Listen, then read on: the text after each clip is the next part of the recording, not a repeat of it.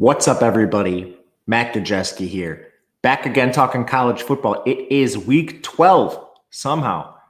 We are discussing the Tuesday Maction slate ahead of week 12. We have a doubleheader on deck. If you like this content, please consider subscribing to the channel or leaving a like. Those two things help a small channel like this immensely, so thank you if you have done that. Last thing, if you or someone you know has a gambling problem, please call or text 1-800-GAMBLER. All right. Amazing slate in the MAC this week. If you don't usually watch Tuesday or Wednesday football, make sure you tune in. All of the best teams in the MAC are playing each other. It's a huge week for the conference. We're going to start things off with Kent State taking on Akron. Not necessarily the most impactful game, but still this one should be close. The spread is 5.5 points. The total is 47, which leads us to an overall pretty exciting outlook for this game. And that starts on the Kent State side. They're just flat out better than a lot of people expected. They've now turned their interim coach into their full-time head coach. Props to him. Wins this year include Merrimack in week 1. That was when it kind of looked a little bit tenuous for Kent State, but then they come out during MAC play with wins over UMass. They blew out UMass. Beat Bowling Green as well. And then they've been competitive in most of their games. They did lose to Ball State last week, but they had a 63% post-game win expectancy. All of the yardage advantages favored Kent State. The real problem was just some weird box score nuances. They had a turnover on downs at their own 26. That was early in the game, too. I believe that was their first drive. So that was an immediate Ball State field goal.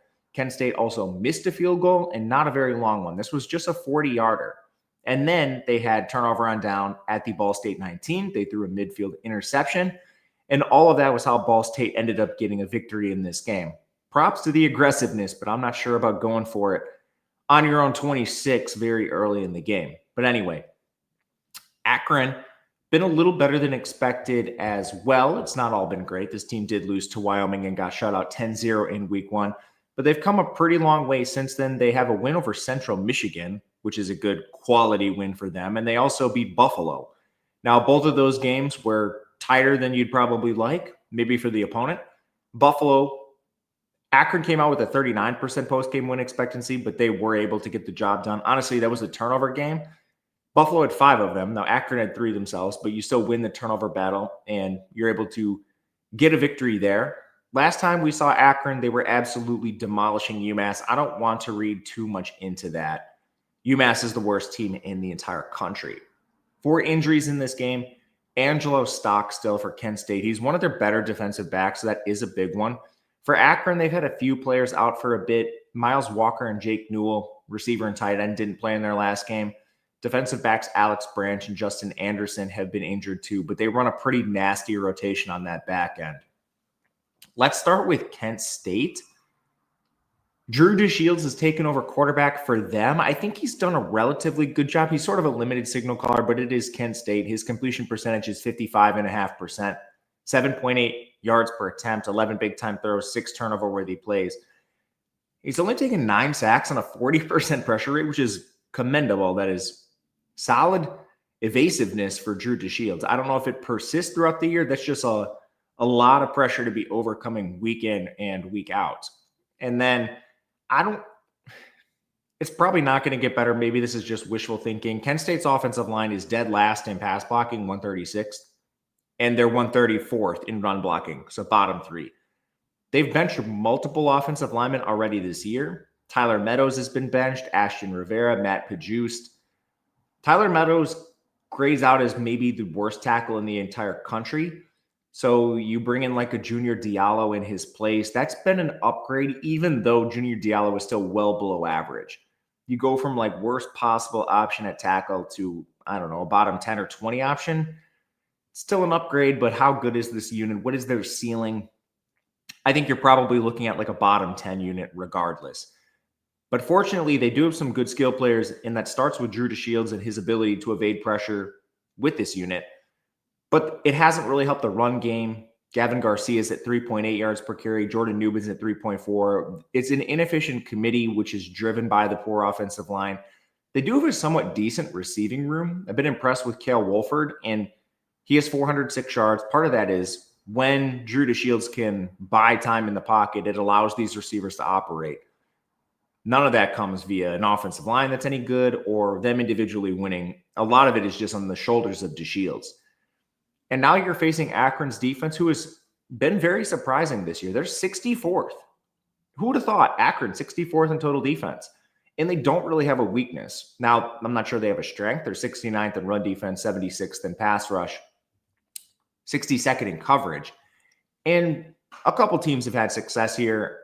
A couple data points that stood out to me. Kyle Kelly of Ball State was at 7.9 yards per attempt. He's not really a thrower. And then Tucker Gleason for Toledo, he was at 12.2 yards per attempt. And then on the ground, Central Michigan and Toledo both were over 6 yards per carry, but those are two of the better offenses in the MAC at running the ball. When you look at the player personnel, there are some quality players on this defense. In your front seven, Bruno Dahl's having an excellent season on the edge. Julian Laventure at defensive tackle. And then the linebacker room is amazing. It's one of the better linebacker rooms in the MAC with Shaman Cooper, Gage Summers, and Melvin Spriggs. The secondary has a couple decent players like Malcolm DeWalt and Elijah Reed, but they've been a little banged up back here. Ultimately, this is a defense that stands out in the MAC as more of a good, not great unit. The best offenses, think your Toledo's, Ohio's, Miami, Ohio's, probably are going to have success on Akron. How close is Kent State to those units? I think that's up for debate, and I do think this Akron defense has success and the edge in this particular matchup, especially over that offensive line. Meanwhile, for Akron, Ben Finley is under center. He's played a lot better since that non-conference disaster. 52% completion percentage, 6.7 yards per attempt. 11 big-time throws, 13 turnover-worthy plays. Again, most of that is imbalanced towards the beginning of the season. He has taken 20 sacks, which he could clean up a little bit, but the pressure rate's still a little high. The biggest place where Akron could receive growth is at wide receiver. Their drop rate is nearly 15%. It's one of the highest rates in the country, and it has gotten a little better. This team has climbed to 105th in receiving efficiency. Kyan Mason leads them with 418 yards, followed by Israel Polk and Marcel Williams. It's a decent receiving unit. I think as long as you can hang on to the ball, there is some upside. I don't know if you could climb much higher than like 100, but that's at least worth noting. Not to mention Jordan Grant, since he's emerged as their lead rusher, they have a little more juice on the ground than they did previously. The offensive line is weird. It's imbalanced. It's 126th in pass blocking, 21st in run blocking. It's getting better. It's kind of similar to Kent State. They rotated a ton of guys to begin the year. You've seen like 9 guy start games for this team, but they've sort of settled in on 4 starters that are above average. And Delvin Morris is kind of your only weak link at this point. He plays left tackle. I don't know if they had the ability to replace him, but now you're seeing kind of the best version of Akron on the offensive line that you possibly could, which probably settles them around 100-ish. They're going to be weak in pass blocking. It is what it is. Run blocking is their strength. But you're facing Kent State, who is 122nd on defense, 111th in run defense, 126th in coverage. Their best unit is their pass rush. They are 59th. They've also played sort of a weird imbalanced schedule. You've seen a lot of like great offenses and then some absolutely horrifying ones. So I tend to buy the efficiency metrics for Kent State overall. The offenses in the MAC that have found success against this team include Buffalo and Toledo. This unit has a couple difference makers. I think they're almost all up front, like Jamon Mathis on the edge, CJ Young at linebacker, and Jelani Davis at defensive tackle. But they still use a pretty nasty rotation, like in the defensive line especially. There's a lot of below-average players that are getting rotational snaps and almost dead-even snaps for players like Mathis or Davis. Mateus Carroll on the edge, Antoine Campbell, Mason Maddox at defensive tackle. All of them are receiving almost equal snaps to the studs, and these players are well below average. There is merit to keeping players fresh and on the field, but when the talent gap between players is so wide, like just give me a tired Mathis over a really bad Carroll. It doesn't make any sense. But anyway, all of this leads us to Akron. I played this -4.5 on Sunday night, and I think the 5.5 is still fine. Akron has a lot of advantages in this game on top of playing at home. Next up, Ohio, Western Michigan. A game with a lot of implications in this conference, 2 teams that have aspirations of making the title game. This is a 1-point spread in favor of a road Ohio. The total is also 47 points in this game. So Ohio played a really hard non-con, picked up a win over West Virginia, actually. In conference, this team has been awesome. They do have a loss to Ball State. It was by 6 points, but Ohio had a 59% post-game win expectancy in that game. They had 8 penalties. Ball State only had 2. Missed a field goal. They do that a lot. And had a turnover run down at the Ball State 8-yard line. Give up a safety in the game, do all of that, and that's how you lose to Ball State, who somehow, Ball State has a lot of wins that they should not have.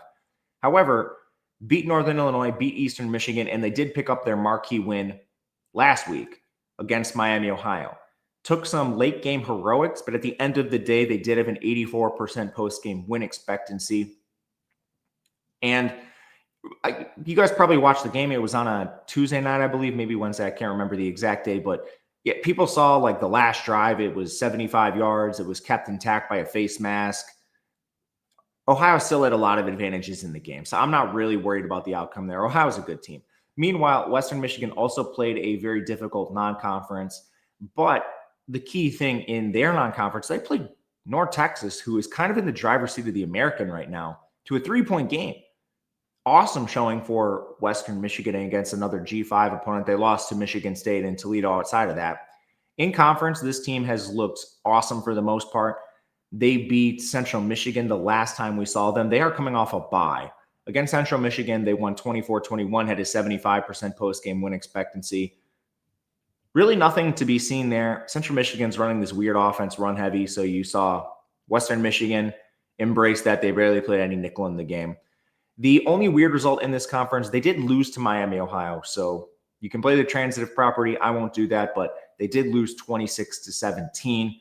They had a turnover and downs at the Miami, Ohio 26. They fumbled at their own 39. It could have been worse, though. Like, those were Western Michigan's errors. Miami, Ohio kicked 4 field goals, and they kicked 2 of them from the red zone. So kind of goes both ways. Injury-wise, Ohio has a few of them. Michael Molnar's probably the biggest one at linebacker. He missed their last game. And they also did return Cameron Hollabaugh from injury. He's another linebacker, but he was only able to get through 15 snaps. So that linebacker position is worth watching for Ohio. For Western, they're coming off the bye, so maybe they'll be a little healthier. The only player that I really have flagged is Jaden Lyles. They did some weird stuff on the O-line, but that might be performance-related. Watch Zach Vaughn. Watch Hunter Whitenack. I'm not sure there. For Ohio, offensively, Parker Navarro, one of the top 4 QBs in the conference, 64% completion, 8.2 yards per attempt. Only real issue with him is he puts the ball in harm's way too much. He has 11 turnover-worthy plays to 12 big-time throws, and a lot of those have been converted. His mobility helps him with the sacks. He's at just 14, and he's going to need to rely on that because the offensive line is a little shaky. They're 75th in pass blocking, 43rd in run blocking. They have 3 strong starters. Shedrick Rhodes is awesome, but they also have 2 weak links. Your left tackle is below average in Jordan Jones. Your right guard, Trent Allen, also a liability. So you're going to have those 2 weak links. That probably doesn't get better. And you're sort of limited at your skill players. Saban Gurr is awesome, 5.3 yards per carry since he returned to the MAC after trying to play at Minnesota and failing. Obviously, Navarro is going to be a big part of that run game, 5.4 yards per carry for him. But your receiving game is kind of reliant on Chase Hendricks. He is an alpha, but they do not have a lot else. He is at 845 yards. If you can slow him down, you have a good chance of stopping the Ohio pass game. That is a bit easier said than done.